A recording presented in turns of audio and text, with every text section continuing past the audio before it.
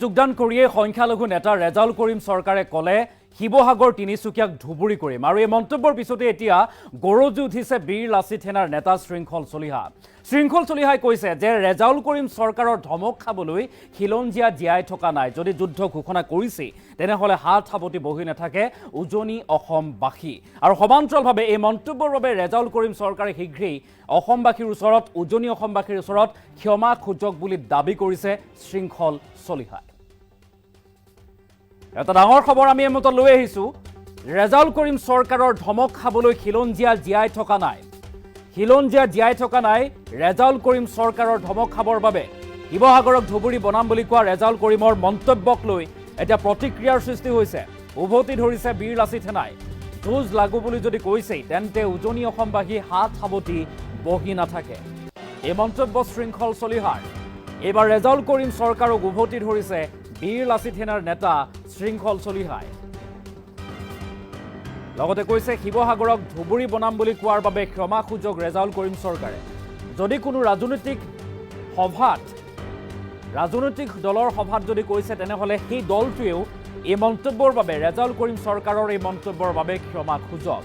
আৰু কংগ্ৰেছত যোগদান কৰিয়ে উজনি অসমক লৈ মন্তব্য কৰিছিল ৰেজাউলে।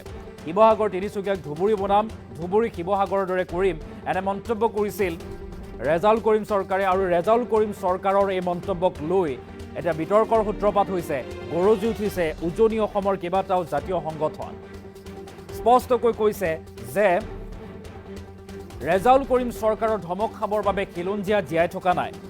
বংগমূলীয় ৰেজাউল কৰিম চৰকাৰৰ ধমক খাবলৈ খিলঞ্জীয়াই জীয়াই থকা নাই। আৰু সমান্তৰালভাৱে কৈছে যদি যুদ্ধ ঘোষণা কৰিছে, যুঁজ লাগু বুলি যদি কৈছে উজনি অসমবাসীও হাত সাৱটি বহি নাথাকে। এই মন্তব্য শৃংখল চলিহাৰ। ৰেজাউল কৰিম চৰকাৰৰ মন্তব্যক লৈ এনেদৰে এতিয়া আক্ৰমণাত্মক হৈ পৰিছে পুনৰবাৰ শৃংখল চলিহা। শৃংখল চলিহাই কি কৈছে আমি সেই মন্তব্য শুনাব বিচাৰিছোঁ। ৰেজাউল কৰিম চৰকাৰৰ বাপেকৰ সম্পত্তি নহয় উজনি অসম আৰু এই কথাত যদি অতি শীঘ্ৰে মাফ নোখোজে ৰেজাউল কৰিম চৰকাৰে তেতিয়াহ'লে বীৰ লাচিত সেনাই ষ্টাইলত ব্যৱস্থা ল'ব। শিৱসাগৰখন ধুবুৰী বনাব, তাৰ বাপেকৰ শিৱসাগৰ নি? এই কথা বতৰাবোৰ নচলিব। কাক ধমকি দিছে? এইফালে আমাৰ খিলঞ্জীয়া মানুহবিলাক এনেই জীয়াই আছোঁ আমি। ৰেজাউল কৰিম চৰকাৰৰ ধমকি খাবলৈ জীয়াই আছোঁ। এজন বংগমূলীয় মানুহৰ ধমকি খাবলৈ ইয়াত খিলঞ্জীয়া মানুহবোৰ জীয়াই আছে। যদি যুঁজ লাগু বুলি কৈছ চিধা চিধি ক'ব লাগে। উজনি অসমৰ মানুহতো বহি নাথাকিব নহয়। যদি লাগু বুলি কৈছ চিধা চিধি ক'লেই হয় কথা বতৰাবিলাক। ক'ত যোগদান কৰিছে সেইটো কথা আমাৰ কাৰণে মেটাৰ নকৰে। কিন্তু যদি কোনোবা ৰাজনৈতিক দলৰ সভাত কৈছে সেই ৰাজনৈতিক দলটোৱে ৰাজহুৱাভাৱে ক্ষমা খুজিব লাগিব, তেওঁক বহিষ্কাৰ কৰিব লাগিব। নহ'লেতো এইটো আৰু এখন বেলেগ হ'ব। আৰু ৰেজাউল কৰিম চৰকাৰৰ বাপেকৰ সম্পত্তি নহয় উজনি অসম আৰু এই কথাত যদি অতি শীঘ্ৰে মাফ নোখোজে ৰেজাউল কৰিম চৰকাৰে তেতিয়াহ'লে বীৰ লাচিত সেনাই ষ্টাইলত ব্যৱস্থা ল'ব। শিৱসাগৰখন ধুবুৰী বনাব, তাৰ বাপেকৰ শিৱসাগৰ নি? এই কথা বতৰাবোৰ নচলিব। কাক ধমকি দিছে? এইফালে আমাৰ খিলঞ্জীয়া মানুহবিলাক এনেই জীয়াই আছোঁ আমি। ৰেজাউল কৰিম চৰকাৰৰ ধমকি খাবলৈ জীয়াই আছোঁ। এজন বংগমূলীয় মানুহৰ ধমকি খাবলৈ ইয়াত খিলঞ্জীয়া মানুহবোৰ জীয়াই আছে। যদি যুঁজ লাগু বুলি কৈছ চিধা চিধি ক'ব লাগে। উজনি অসমৰ মানুহতো বহি নাথাকিব নহয়। যদি লাগু বুলি কৈছ চিধা চিধি ক'লেই হয় কথা বতৰাবিলাক। ক'ত যোগদান কৰিছে সেইটো কথা আমাৰ কাৰণে মেটাৰ নকৰে। কিন্তু যদি কোনোবা ৰাজনৈতিক দলৰ সভাত কৈছে সেই ৰাজনৈতিক দলটোৱে ৰাজহুৱাভাৱে ক্ষমা খুজিব লাগিব, তেওঁক বহিষ্কাৰ কৰিব লাগিব। নহ'লেতো এইটো আৰু এখন বেলেগ হ'ব। আৰু ৰেজাউল কৰিম চৰকাৰৰ বাপেকৰ সম্পত্তি নহয় উজনি অসম আৰু এই কথাত যদি অতি শীঘ্ৰে মাফ নোখোজে ৰেজাউল কৰিম চৰকাৰে তেতিয়াহ'লে বীৰ লাচিত সেনাই ষ্টাইলত ব্যৱস্থা ল'ব। শিৱসাগৰখন ধুবুৰী বনাব, তাৰ বাপেকৰ শিৱসাগৰ নি? এই কথা বতৰাবোৰ নচলিব। কাক ধমকি দিছে?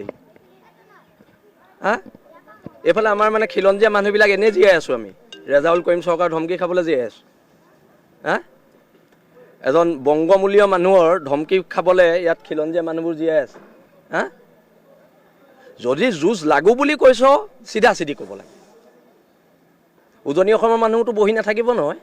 যদি লাগু বুলি কৈছে চিধা চিধি ক'লেই হয় কথা বতৰাবিলাক। কংগ্ৰেছত যোগদান কৰিছে। ক'ত যোগদান কৰিছে সেইটো কথা আমাৰ কাৰণে মেটাৰ নকৰে, কিন্তু যদি কোনোবা ৰাজনৈতিক দলৰ সভাত কৈছে সেই ৰাজনৈতিক দলটোৱে ৰাজহুৱাভাৱে ক্ষমা খুজিব লাগিব, তেওঁক বহিষ্কাৰ কৰিব লাগিব, নহ'লেতো এইটো আৰু এখন বেলেগ হ'ব। আৰু ৰেজাউল কৰিম চৰকাৰৰ বাপেকৰ সম্পত্তি নহয় উজনি অসম হা। আৰু এই কথাত যদি অতি শীঘ্ৰে মাফ নোখোজে ৰেজাউল কৰিম চৰকাৰে, তেতিয়াহ'লে বিল আছি থানা ষ্টাইলত ব্যৱস্থা ল'ব। শিৱসাগৰখন ধুবুৰী বনাব, তাৰ বাপেকৰ শিৱসাগৰ নি হা? এই কথা বতৰাবোৰ নচলিব। কাক ধমকি দিছে সি হা? এইফালে আমাৰ মানে খিলঞ্জীয়া মানুহবিলাক এনেই জীয়াই আছোঁ আমি, ৰেজাউল কৰিম চৰকাৰ ধমকি খাবলৈ জীয়াই আছোঁ হা? এজন বংগমূলীয় মানুহৰ ধমকি খাবলৈ ইয়াত খিলঞ্জীয়া মানুহবোৰ জীয়াই আছে হা? যদি যুঁজ লাগু বুলি কৈছ চিধা চিধি ক'ব লাগে। উজনি অসমৰ মানুহতো বহি নাথাকিব নহয়। যদি লাগু বুলি কৈছে চিধা চিধি ক'লেই হয় কথা বতৰাবিলাক। কংগ্ৰেছত যোগদান কৰিছে। ক'ত যোগদান কৰিছে সেইটো কথা আমাৰ কাৰণে মেটাৰ নকৰে, কিন্তু যদি কোনোবা ৰাজনৈতিক দলৰ সভাত কৈছে সেই ৰাজনৈতিক দলটোৱে ৰাজহুৱাভাৱে ক্ষমা খুজিব লাগিব, তেওঁক বহিষ্কাৰ কৰিব লাগিব, নহ'লেতো এইটো আৰু এখন বেলেগ হ'ব। আৰু ৰেজাউল কৰিম চৰকাৰৰ বাপেকৰ সম্পত্তি নহয় উজনি অসম হা। আৰু এই কথাত যদি অতি শীঘ্ৰে মাফ নোখোজে ৰেজাউল কৰিম চৰকাৰে, তেতিয়াহ'লে বিল আছি থানা ষ্টাইলত ব্যৱস্থা ল'ব। শিৱসাগৰখন ধুবুৰী বনাব, তাৰ বাপেকৰ শিৱসাগৰ নি হা? এই কথা বতৰাবোৰ নচলিব। কাক ধমকি দিছে সি হা? এইফালে আমাৰ মানে খিলঞ্জীয়া মানুহবিলাক এনেই জীয়াই আছোঁ আমি, ৰেজাউল কৰিম চৰকাৰ ধমকি খাবলৈ জীয়াই আছোঁ হা? এজন বংগমূলীয় মানুহৰ ধমকি খাবলৈ ইয়াত খিলঞ্জীয়া মানুহবোৰ জীয়াই আছে হা? যদি যুঁজ লাগু বুলি কৈছ চিধা চিধি ক'ব লাগে। উজনি অসমৰ মানুহতো বহি নাথাকিব নহয়। যদি লাগু বুলি কৈছে চিধা চিধি ক'লেই হয় কথা বতৰাবিলাক। কংগ্ৰেছত যোগদান কৰিছে। ক'ত যোগদান কৰিছে সেইটো কথা আমাৰ কাৰণে মেটাৰ নকৰে, কিন্তু যদি কোনোবা